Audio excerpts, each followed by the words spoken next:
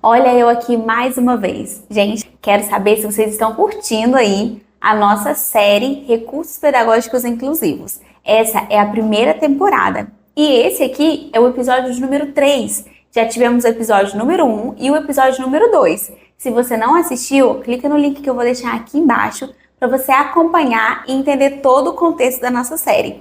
Está muito bacana. E o recurso de hoje é o recurso do texto fatiado. Você já conhece esse recurso? Já usa na sua sala de aula?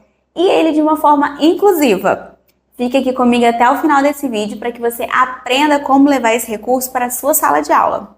E tem mais! Assim como de costume, no final desse vídeo eu tenho um presente para vocês. Assim como eu deixei presente lá no episódio 1 e no episódio 2. Se você ainda não me conhece, eu vou me apresentar. O meu nome é Casey, eu sou pedagoga e mestre em educação bilíngue. E aqui no nosso canal nós conversamos com aulinhas semanais, bate-papos pedagógicos sobre a inclusão, principalmente de alunos surdos. Trago aqui para vocês um pouco sobre a cultura surda, sobre questões da Libras, sobre o contexto da comunidade surda e agora recursos pedagógicos também. Afinal, eu compartilho com vocês aquilo que eu tenho aprendido na minha prática docente. De que vale o conhecimento se não para a gente compartilhar? Então seja muito bem-vindo ao nosso canal. Muitas pessoas me perguntam sobre como ensinar língua portuguesa para o surdo. Afinal de contas, o surdo aprende língua portuguesa? Como que funciona esse processo? Então, o surdo, ele aprende sim a língua portuguesa, a ler a língua portuguesa, tá bom? O surdo, ele pode passar por um processo chamado de oralização, que ele aprende a fazer a leitura labial e ele consegue até se comunicar. Tem muitos surdos que até falam, mas isso não é algo rotineiro ou algo que tem acontecido com frequência atualmente. Antigamente, nós tivemos um período da história dos surdos que o método da oralização ele era o principal utilizado. Mas hoje em dia, com a evolução da legislação, as lutas da comunidade surda, nós temos maioria de surdos sinalizantes. Claro que assim como todas as pessoas, cada um tem a sua particularidade, tem o seu contexto de vida. Então nem todos os surdos utilizam a Libras como primeira língua e nem todos os surdos oralizam. Então isso sempre vai variar do contexto. Para a gente em sala de aula, é necessário conhecermos a realidade dos nossos alunos. Então vamos lá, voltando à pergunta. O surdo, ele aprende a língua portuguesa? Sim, ele aprende a ler a língua portuguesa. Ah, mas como que eu vou alfabetizar o meu aluno surdo se ele não consegue me ouvir? Então, o método fônico, esse método tradicional de alfabetização, não vai funcionar para a criança surda, para o aluno surdo. Por quê? Porque ele valoriza o som. E nós sabemos que os surdos, eles são visuais. A própria Libras é uma língua visual. O sentido que utilizamos é a visão e não a audição. Então, o método fônico, ele valoriza o som. Então, ele não vai servir para alfabetização de surdos. Os surdos serão alfabetizados principalmente por meio da memorização das palavras. É isso mesmo. Os surdos, eles desenvolvem uma capacidade de memorização muito melhor que a nossa de ouvintes. Uma memória visual. Não tem pessoas, aquela memória fotográfica, famosa memória fotográfica? Então, o surdo ele desenvolve isso numa potencialidade maior que os ouvintes. Ele vai aprender a ler principalmente pela memorização de palavras em contexto. Ou seja, nós vamos ensinar a palavra, mostrar o que ela significa e trazer um contexto. Por meio de recursos visuais, imagens associadas a palavras, nós conseguimos alfabetizar as crianças surdas. Lembrando que a língua portuguesa da criança sinalizante, que utiliza a Libras como sua primeira língua, a língua portuguesa será sua segunda língua. Vou dar um exemplo para esclarecer.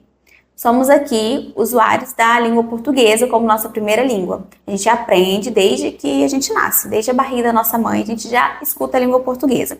Essa é a nossa L1, a nossa primeira língua, a nossa língua de conforto, aquela língua que a gente se sente muito bem utilizando. Vamos supor que agora eu resolva aprender o inglês. O inglês vai ser minha segunda língua. É uma língua que eu vou ter que fazer um esforço maior para aprender. É uma língua que eu vou ter que praticar, que eu vou errar muito antes de ter fluência, que para ter fluência eu preciso ter um contato íntimo, muito próximo, tem até aquela expressão de imersão cultural. Por quê? Porque é a minha segunda língua. Então, você, professor, que tem um aluno surdo na sua sala de aula, lembre-se que a língua portuguesa, para ele, é a segunda língua. Muitas das vezes, eles ainda estão aprendendo Libras, que na escola, geralmente, é o primeiro contato desse aluno.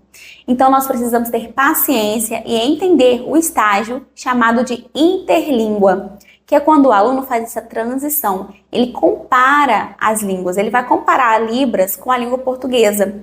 Então, às vezes, ali na hora de escrever o português, vai faltar artigos, porque nós não utilizamos artigos na Libras, por exemplo. A ordem também, né, da frase, sujeito, objeto, predicado, isso muda. Né? A ordem da Libras é diferente, o raciocínio visual é diferente do raciocínio da língua portuguesa. Então é preciso compreender esse estágio de interlíngua. E esse processo exige paciência e recursos pedagógicos adequados. Por isso, hoje eu vou te ensinar como produzir um texto fatiado bilíngue. Sabe aquele recurso do texto que a gente seleciona um texto, um poeminha, dependendo ali da faixa etária das crianças? E depois eles têm que colocar em ordem aquele texto, a gente escreve no quadro e eles têm que copiar ali no caderno. Tem várias formas de utilizar essa atividade. Hoje eu vou ensinar vocês a utilizá-la de uma forma bilíngue. Você pode levar tanto para os seus alunos ouvintes, lembrando que a Libras é a segunda língua oficial do nosso país, então nós precisamos inseri-la aí nas nossas aulas, tá bom? Então esse é um recurso bem legal para você levar para os alunos ouvintes. Ou se você é um professor aí do AE, ou tem algum aluno incluso na sua sala, de modo geral, que seja surdo ou não, essa é uma atividade que ela inclui a todos. O texto que eu escolhi hoje para trabalharmos é essa poesia muito bonita e muito famosa do Vinícius de Moraes, que é o poema As Borboletas. Então, para esse recurso nós vamos precisar do texto impresso, aqui, direitinho, palavra por palavra, separado aqui nas estrofes, nos versos, o texto. E aí nós vamos apresentar esse texto para os nossos alunos. Nós vamos ler esse texto e vamos ensinar os sinais em Libras. Você ainda não domina todos os sinais em Libras? Eu te convido a continuar acompanhando aqui o nosso canal e a buscar formações continuadas nesse sentido. Um curso profissionalizante de Libras, algum curso aí na sua cidade ou mesmo online. Tem muitos cursos hoje em dia e é possível você aprender sim a Libras para ensinar para os seus alunos. E qual o diferencial então desse recurso? É que nós teremos as plaquinhas com o avatar sinalizando. Essas plaquinhas estão separadas. Aqui nós temos o sinal, por exemplo, de amarelo. Eu vou ensinando para vocês aqui alguns sinais e depois eu posso gravar um vídeo e colocar aqui no canal com o poema todinho. Vou colocar uns shorts aqui para vocês. Então esse aqui é o sinal de amarelo. Sinal de amarelo. E aí eu tenho o sinal aqui e eu tenho a palavra amarelinhas. Como que você vai trabalhar esse recurso? O aluno ele vai remontando o texto em língua de sinais, porque ele vai posicionando as plaquinhas com sinais na ordem da língua portuguesa, que é a ordem aqui do texto, e abaixo, justamente para relacionar o sinal à palavra, ele vai colocar a palavra. Essa é uma das formas que você tem para trabalhar o poema. Também poderia ser em versos, eu poderia ter recortado os versos aqui completos, por exemplo, borboletas brancas é um verso. Poderia estar junto numa etiqueta. Eu também poderia recortar as estrofes. E se forem outros tipos de texto, música, enfim, parágrafo, se for um texto, né, texto narrativo, você pode trabalhar assim também com receita. E aí você vai, né, de acordo com a sua turma, de acordo com o seu público, adequando essa estratégia. Vou mostrar outros sinais aqui para vocês.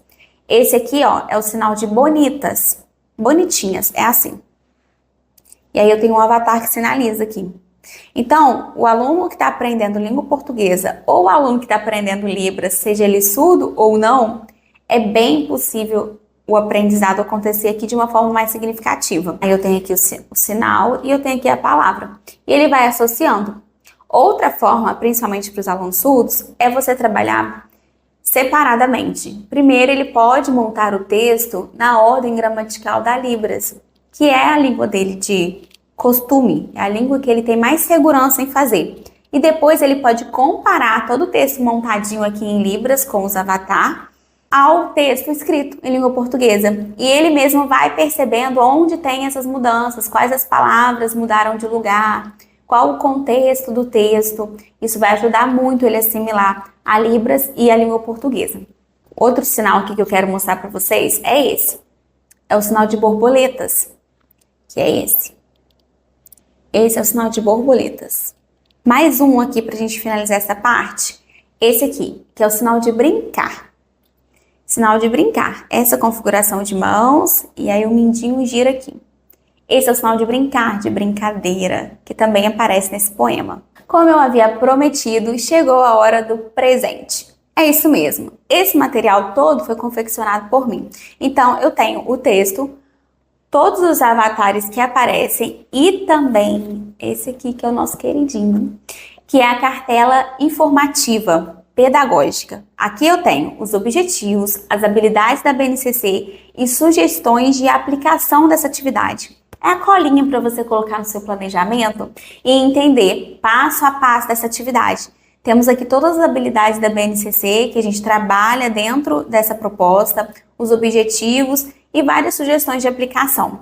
Então, se você quer ganhar de presente esse recurso pedagógico inclusivo, comente aqui no vídeo "eu quero", que eu vou te chamar para poder te enviar. Também pode ser lá no nosso Instagram, tá bom? Me chame lá no direct do Instagram, que eu também te envio por lá. Se você gostou desse vídeo, deixe o seu like, que é muito importante para o crescimento e divulgação do nosso canal. E manda para os outros amigos professores, hein? Que 2024 será o ano da inclusão. Coloque mais inclusão nas suas aulas. Venha ser parte da nossa comunidade. Inscreva-se no nosso canal para não perder nenhum conteúdo. Espero na próxima semana com mais conteúdos inclusivos e o episódio número 4 é o último episódio da nossa série Recursos Pedagógicos Inclusivos.